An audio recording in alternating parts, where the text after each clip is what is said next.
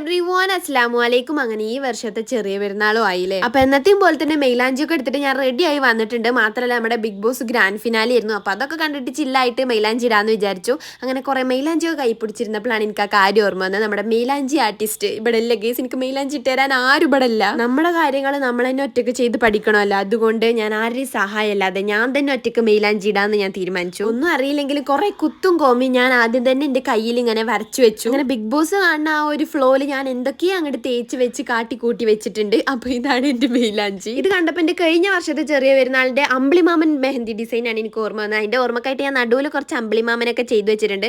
അത് കണ്ടപ്പോൾ എൻ്റെ അമ്മ വന്ന് പറഞ്ഞു, ഞാൻ എനക്ക് മൈലാഞ്ചി ഇട്ടേരാ, ആരിട്ടെന്തിനും ഞാൻ ഇട്ടേരാറിട്ട് തന്നതാണ്. ഇതാണ് ആ മൈലാഞ്ചി. സൂപ്പർ ആയില്ലേ. എൻ്റെ അമ്മയുടെ എൻ്റെ മെഹന്തി ഡിസൈനും കഴിവുകളൊന്നും കണ്ടിട്ട് നിങ്ങൾ കണ്ണ് കെട്ടരുത് ഗൈസ്. അങ്ങനെ നമ്മുടെ ബിഗ് ബോസ് വിന്നറിനെ അനൗൺസ് ചെയ്തു. നമ്മുടെ മൈലാഞ്ചി ഇടലും ഒക്കെ കഴിഞ്ഞു. അപ്പോൾ ഇതൊക്കെയാണ് നമ്മുടെ പെരുന്നാൾ തലേ ദിവസ വിശേഷങ്ങൾ. അപ്പോൾ ഇത്രയേ ഉള്ളൂ. ബൈ.